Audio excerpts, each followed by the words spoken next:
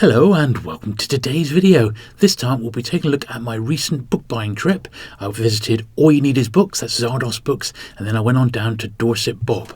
And our video opens here today with a look round some beautiful artwork that's in Maurice's office. So sit back, relax, and let's get to it.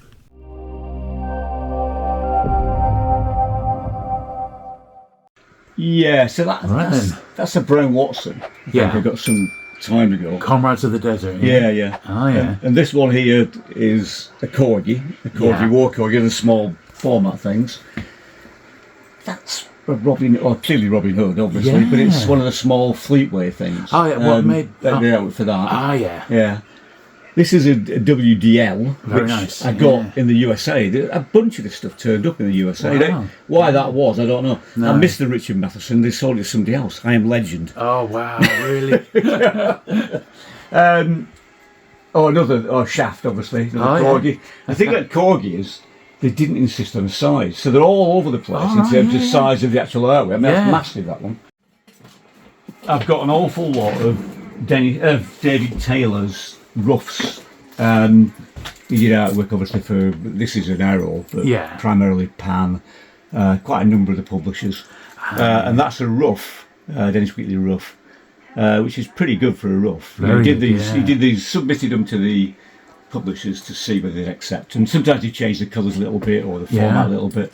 A Heed, all right. Wow. Now this is not an original now, because everybody kept trying to buy them off me. I got a bunch that I got at auction, and I was forced to sell them, because people kept offering me money for them. Crazy money, not just small amounts of money. I mean, not. I know what you mean. Never going to retire on it, but good prices. Yeah. Doctor Who comic, outfit for the Doctor Who comic. So that would have been TV action.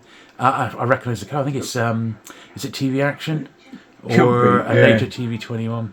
I don't know. I think it's TV Action. Very nice. Maybe, yeah. Who's the artist on that? Do we know? Is it? Oh, I don't know, to be honest. No. Very nice. It's a good one. Burt. I don't know where I got that one. Maybe at auction again. Another corgi. Another WDL. I got from this. I went for. How many years? 30 years to LA to the paperback book further. And I hope I'll go again this year. And for a number of years, this guy turned up every year with one WDL piece of artwork. I don't know what that one is. One to try and identify. I know, that's right. I didn't. We might be able to find it. Someone might know. It looks like a cover. I mean, I don't know. It does indeed. Yeah. Another K. This is a K cover that I bought at the Sotheby's auction. Right. No, that would be another TV Action, wouldn't it? Persuaders, that might be.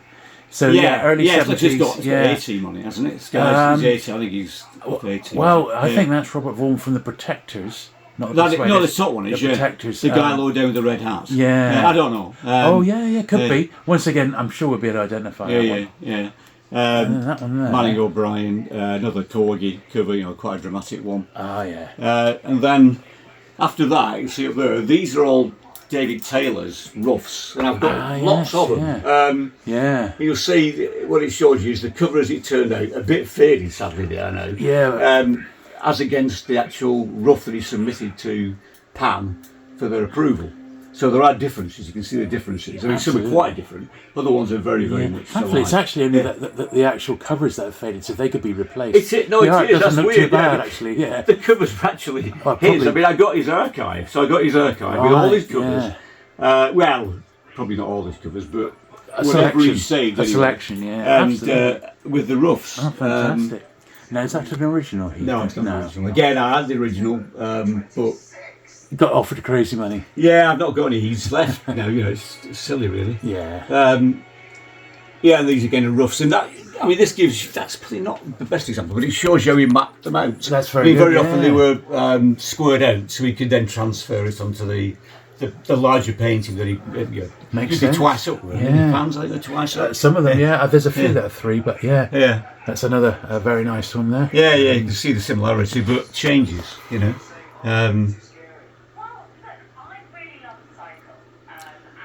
I had some of these out. These are all early numbered only ones. So they're from the earliest period of Yeah, like 54 to 57. Yeah, he was a very popular artist, but so-called, I don't know if this works actually, but he so-called took too long to do his work. I mean, it took him a long while to do the paintings. Fantastic. But he still did a lot. Oh, brilliant.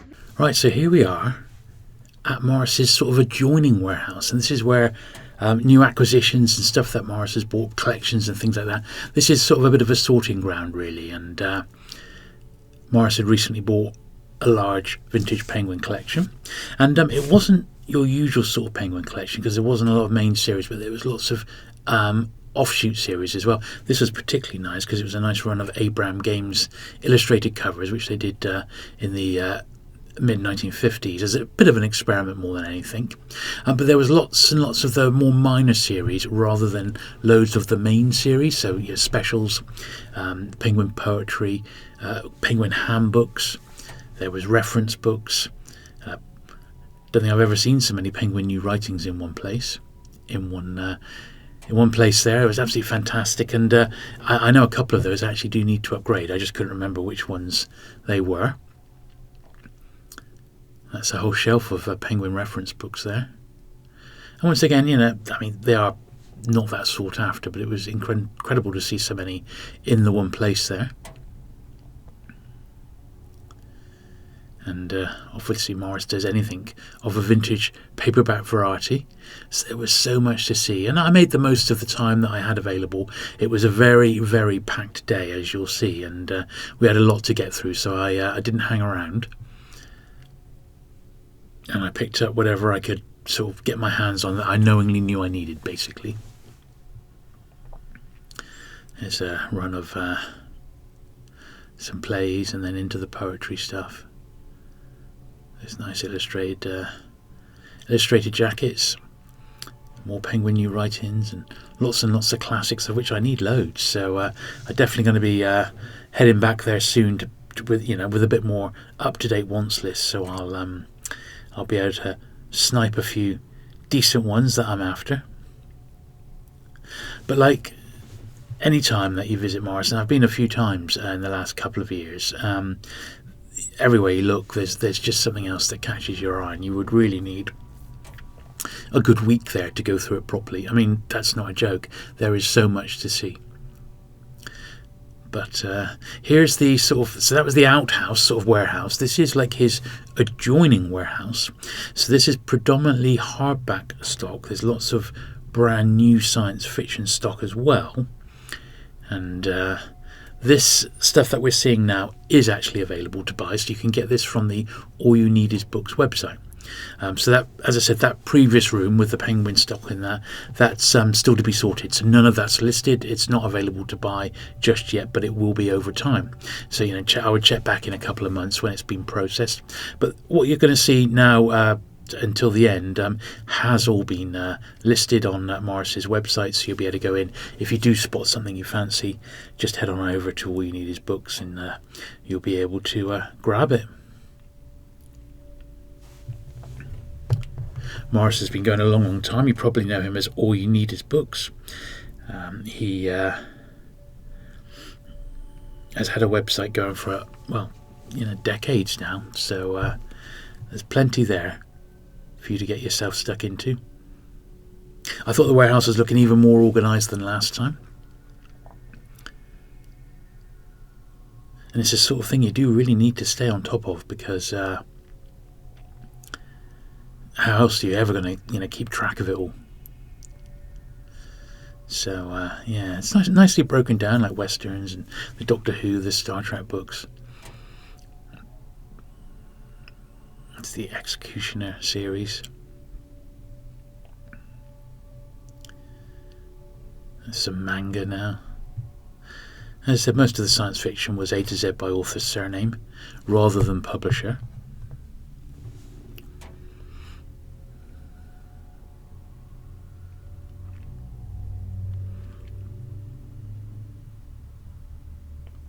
I noticed lots of SF Masterworks there. I didn't actually realise that Maurice had so many in stock, and I do really like those, so I might end up once again updating my list ready for next time.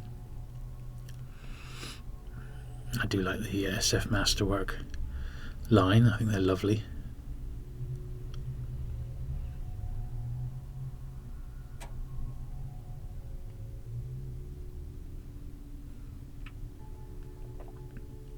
So although I didn't have time to go through the entire warehouse this time, sadly I just didn't have that much time.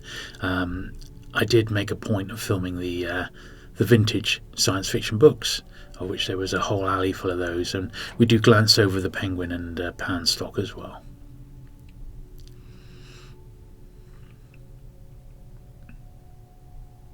So I was supposed to be joined on this trip by my friend Steve, the outlaw bookseller. I'm sure you know Steve's channel very well.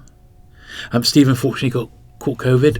There's a lot of it around at the moment, so he couldn't join me, but that does mean that I think we owe it to Steve, who this video is dedicated for, because he was sadly missed. We're going to try and get up there again just in a few weeks' time, so that would be the plan. As soon as Steve's better, we'll head on up and we'll do a visit together. I think it'd be fantastic, because there's a lot here to well, there's a lot to see, as you can see, and I didn't get through.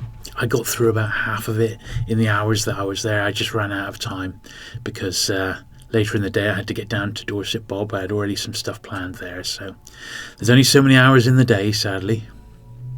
But this was good. This is the more modern Penguin stock. I don't think I filmed any of the. I just sort of carried on round. Just to the left of this is Maurice has got a whole bay of like vintage Penguin stock.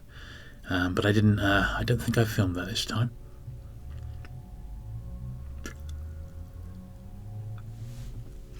Into his vintage pan. Always a delightful sight. I love it. You see, Maurice has got lots of duplicates of some titles there.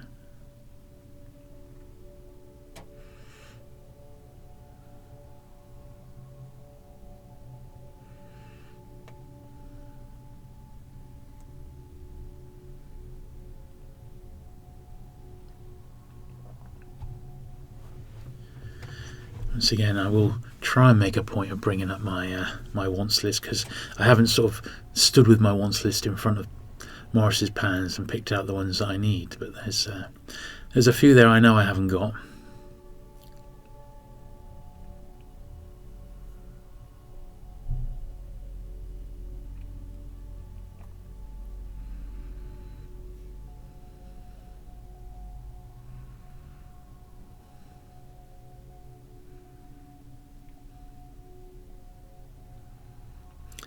Now this is like the start of the science fiction, more vintage science fiction, A to Z by author surname, and I was able to grab a few Harry Harrisons here for myself this time round.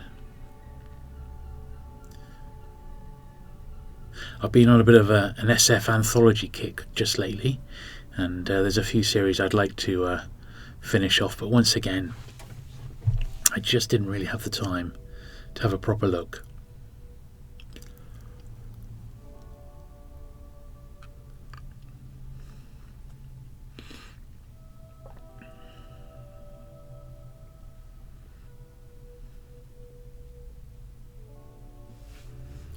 But certainly plenty there to get yourself lost in, absolutely.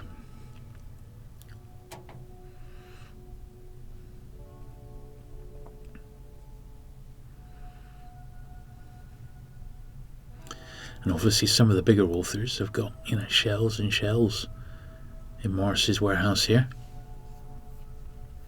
In fact, there is Harry Harrison, and he had the best part of 2 full shelves. He's so prolific was the author in his day.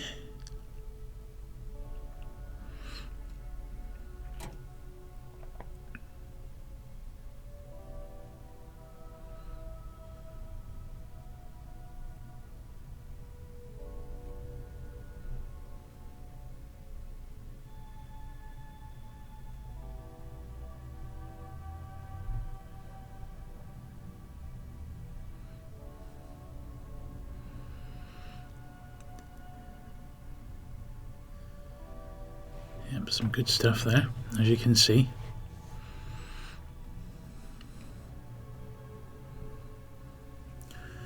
Every vintage publisher under the sun is there. And I suppose Maurice's stock goes right up to, you know, the modern day. You know, they have got some really recent stuff there as well.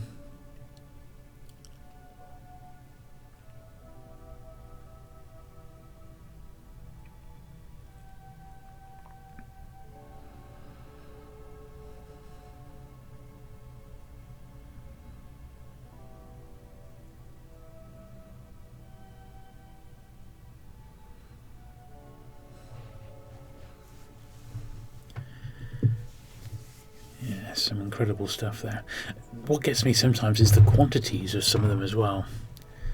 But that's something which Maurice has now started to address, because he has yet another location which you are able to visit, but I wouldn't suggest going like right away. I would probably give it another 2 or 3 weeks, if not a month, because every time Maurice goes down there, he's taken a few more crates of books, and it's predominantly £1 science fiction books. So if anyone saw my video of the London Paperback Show recently, there was basically a frenzy of people fighting over Maurice's £1 science fiction paperbacks, because that's all he had on his table, and it spilled over onto the floor. And basically this is an entire, well, it's an old office block which Maurice has got a couple of rooms inside. It's really, really nicely laid out, plenty of room to you know, to walk around and browse the bookcases, and it's just full of £1 stocks. All books £1. So you owe it yourself to head on down there if you're in the area. We'll have a little look at that in a minute, and you'll see what I mean. But that's where we went after this, which is why we were running out of time. We just couldn't fit it all in.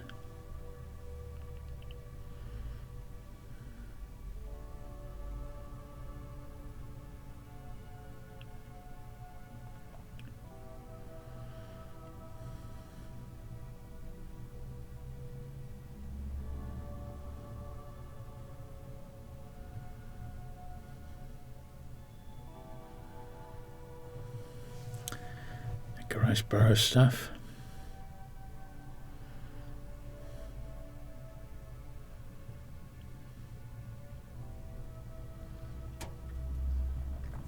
So I didn't want to not at least do the science fiction section justice, particularly since Steve wasn't with us, and I'm sure he'll enjoy having a look at what Maurice has got in. Eyeing up a few bits and pieces ready for our next trip.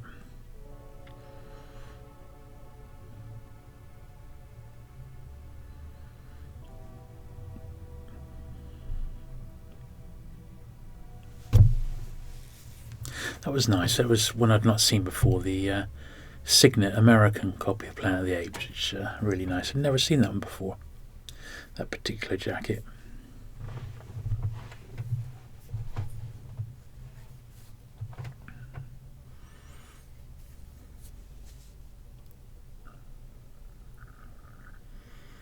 Still haven't quite got over looking at Maurice's artwork. That was a delight. First time I've been to Maurice's actual house.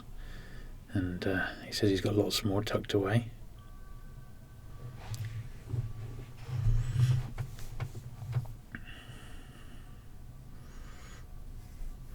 Asimov.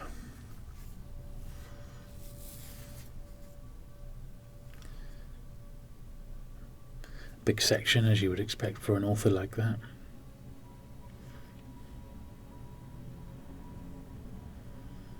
There we are. That's sort of back to the start of the SF alphabet. Now this is in the £1 warehouse. So what you're seeing here are overstocks from Maurice's main warehouse. Stuff he's got plenty of, or it's a bit too low grade to go out onto his main website where the books are of a higher quality. So, you know, this will give you an idea. If you're a reader, or even a bit of a collector, and you're not fussy about condition, this is the place to go. And there's boxes and boxes there to be sorted, as you can see, and there's more bookcases to come in.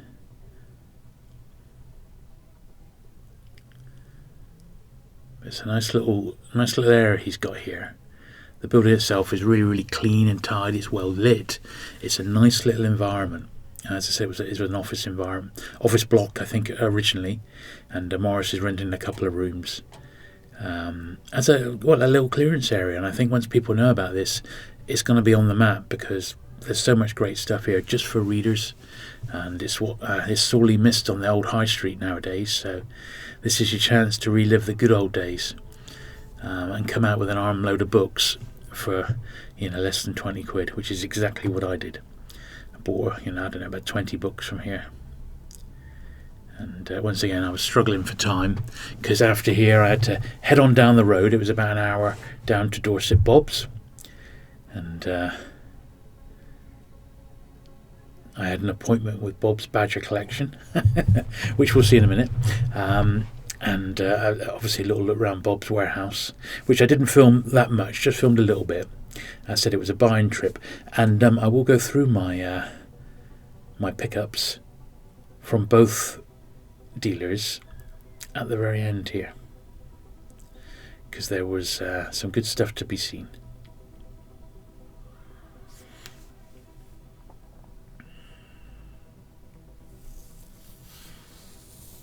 There we are. So a bit of a work in progress. So there is Bob's fantastic Badger book collection, which I've filmed for a brand new separate video, his complete run of SF and supernatural titles. So look out for that one in a couple of weeks on the channel. But it was fantastic. We filmed it in situ in his den, and this is in Bob's mini warehouse. And as I said, I had a chance to get a little bit of stuff, but we were a bit pushed for time, and the weather got very, very bad just before I left, so I didn't want to be hanging around too much. I wanted to just sort of tease you with this beautiful run of Philip K. Dick and J.G. Ballard's. Just some beautiful editions. The Penguin, the Panther ones, I just love them so much. These are really, really nice, and as you can see, Bob's got a real good collection of them for sale here. Very, very nice indeed. I do love that Timescape brand. All the early Star Trek books came out in Timescape, and I like those a lot. Yeah, so some good stuff there. It's the Corgi SF Masters series, which one I quite like those. So yeah, just a hint of the quality of Bob's stock, which we've seen before in previous videos. Some excellent stuff there. So yeah, you will be able to get hold of Bob as well. I'll put some details to drop Bob an email in the description down below. Predominantly from Bob, I picked up a nice run of New Worlds, the paperback format New Worlds. They complement the science fantasies I got last time. Wasn't quite the set, but you'll have a look, you'll be able to see them in a minute. But yeah, what a day, what a buying trip this was, and I can't wait to show you the goodies that I got. Okay then, so now that I've got it all out, I've got to say I'm actually surprised by how much I've got. So we're going to zoom through, because this is not a cleaning video. That will come in a couple of weeks' time. This is just showing you what I picked up on the day. Quite a few Penguin handbooks, as I mentioned. There's an odd American one there, a Penguin US, Penguin Guide, but also it's a handbook. More handbooks here, he and she. I mean, you just don't see them around in this sort of quantity. So I was so pleased to pick these up, and they were very, very reasonably priced, and that's particularly a tough one to get, the chess one there. It's a slightly earlier one. I'm not too bad on the really early handbooks, but these later ones, these 60s ones, are much harder to get. And I picked up an odd reference one because I knew I didn't have that one, but Maurice definitely had a nice run of those. I'm going to pick up the missing ones next time out there. Look at that, 10 shillings. This is quite good, number 458. I believe that's a nice upgrade on the one that I've got. It's got a pretty decent spine as well. So that's one I've got for upgrade. Same with this, Animal Farm. My Animal Farm's not A1, and I wanted a nice copy of that one. Some more of the more common handbooks again. These are the gardening ones. Some of these are reissues from the 40s. They got reissued in the 50s and 60s and updated. So little run of those. I mean, you just don't really see them around, and on the whole they weren't too bad condition. So nice little run of those. These are all handbooks, so fantastic to see so many in one place. Let's make some more room here. That's some wine. So many to get through, you literally won't believe it. It's just it was a really great haul, and I'm delighted to be able to get so many in one hit.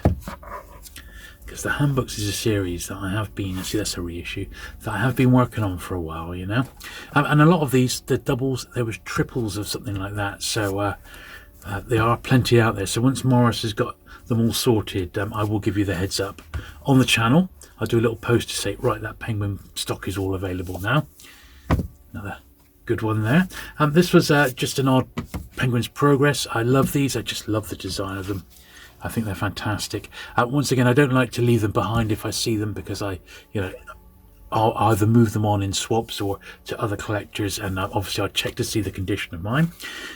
Couldn't believe quite how many Penguin new writing there were. So that's number 305, which is the very first one, and it's got the first time Penguin reprint George Orwell shooting an elephant, which is one of my favourites of his.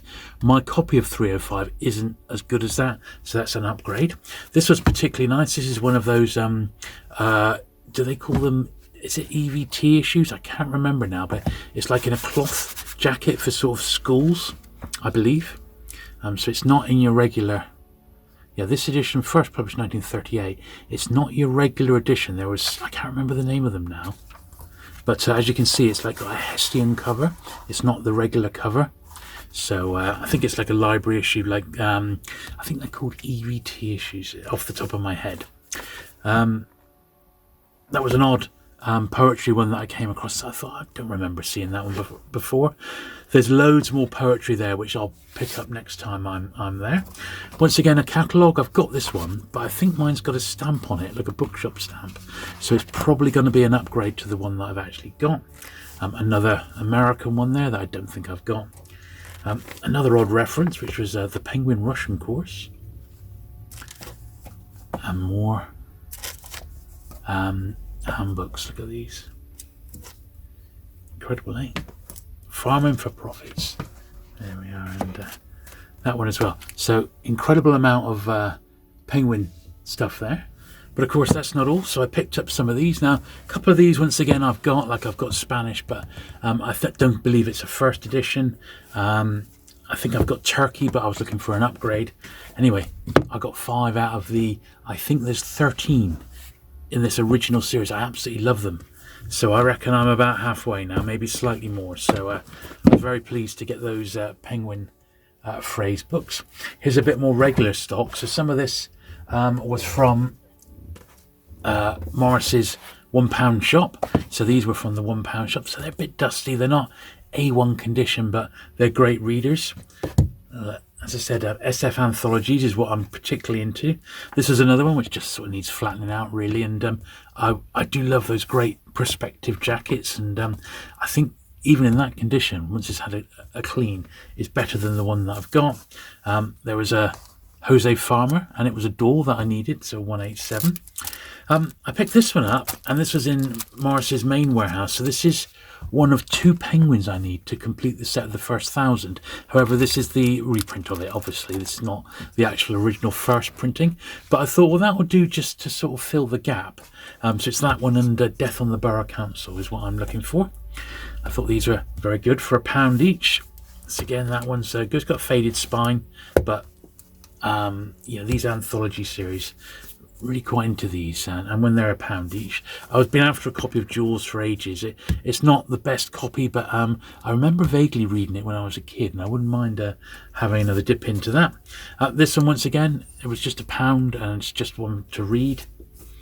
I think that was also from the £1 shop in Maurice's place, as was that one. So that said, there's definitely some bargains to be had in the £1 shop. And in fact, I got another pile here, so we'll carry on. Got 6 and the Silent Scream. I thought that looked quite interesting. The Infiltration of Horror will bring chills to your very marrow. Science Fiction Quarterly. Let's do another pile over here. I said these are all from the £1 shop. Penguin SF, it's good stuff. I've got these, but it's just nice to have extra copies to read. So again, I was pleased to get finally to start pulling in a few numbers on Door, which I haven't got. Another one I was really pleased about. This is a Belmont. I'm pretty sure I haven't got this one. I know I only had them out recently, but if I have, it's not going to matter because it's a really good anthology there. a Poole Anderson, Master's Choice, another doll that I was after, 239, and another one. And at Gods of Riverwater, I couldn't remember if I had the British version of that one, so I picked it up. Back to some more Penguin stuff now, so I was able to pick up this. I've got a few copies. In fact, I've got the first 8 Penguin Transatlantic magazines. This is the magazine that was published by Penguin, but they're bound up, so it's nice to have an individual copy of this.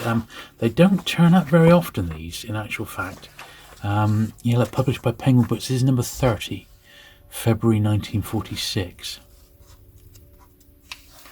They are what they are, really. I'm not a massive fan, but, you know, they are Penguin related, and I do like to have any of that.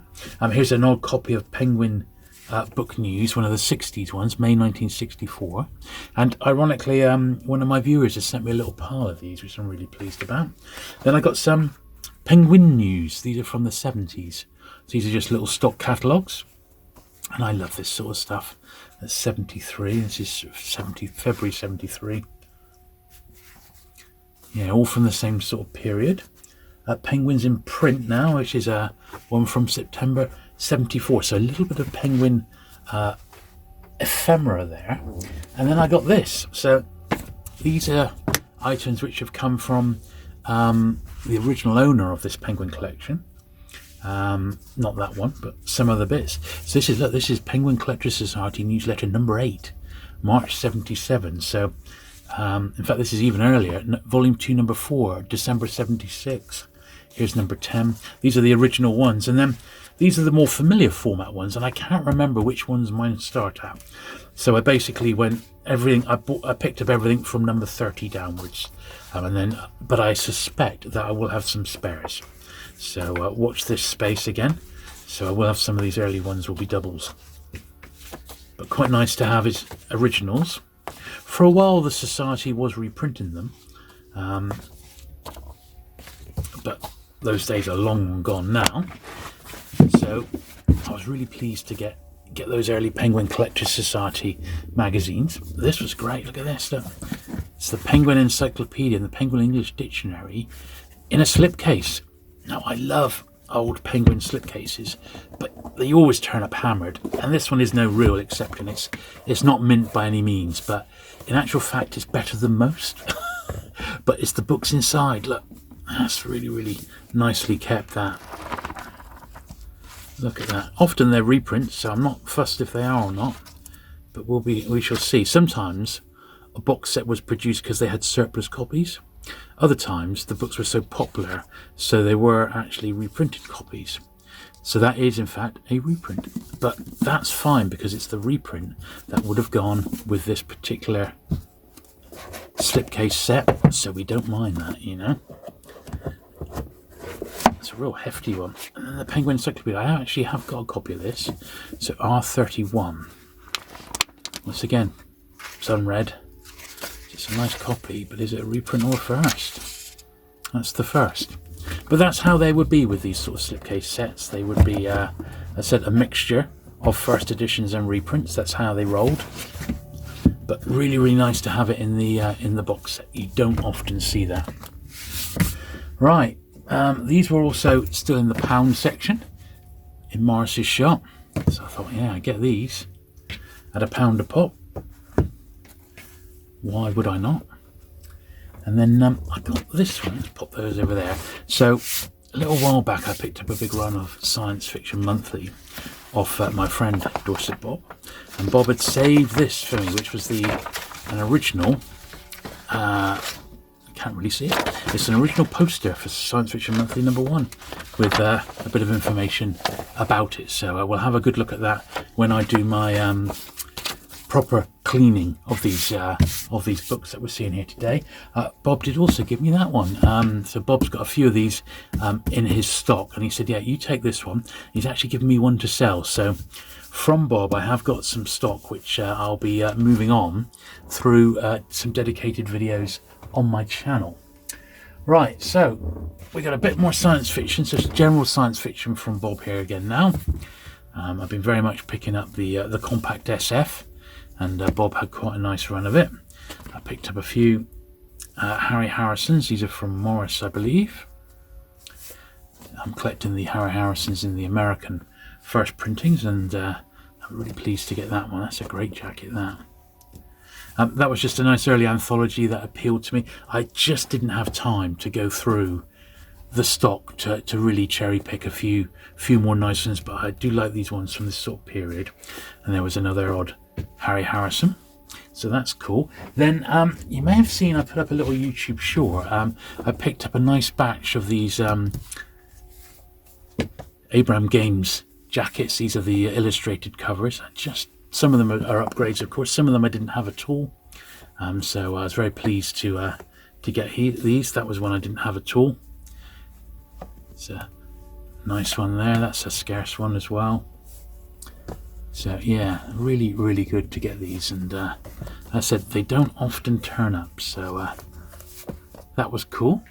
Then the last batch were these. This is another huge run of compact SF. So these were SF reprise, which are obviously they're just reprint stuff. And then I got a nice run of New Worlds. So these are the ones that are in the paperback format. I think they're just fantastic. I got a big run of these. They were just missing just a couple. There's one which has got like a Terry Pratchett story in. These are super high grade copies from Dorset Bob. They're just the business. So I was really pleased to get these.